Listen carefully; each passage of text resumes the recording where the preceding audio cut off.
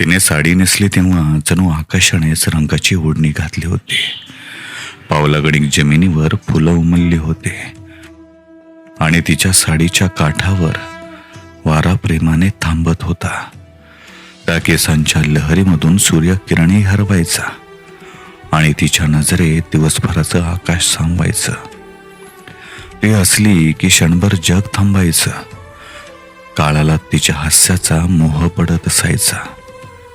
साडीचा प्रत्येक रंग तिच्या मनाचा गाभा सांगायचा. कधी लाल, कधी पिवळा, तर कधी शांत निळा. ती फक्त चालत नसायची, तर जणू प्रेमाचं एक दृश्य सांगायची. एक असं दृश्य जिथे शब्दांची नाही, तर फक्त नजरेची गरज भासायची. ती साडीमध्ये दिसते तेव्हा प्रेम म्हणजे नेमकं काय असतं हे कळायचं.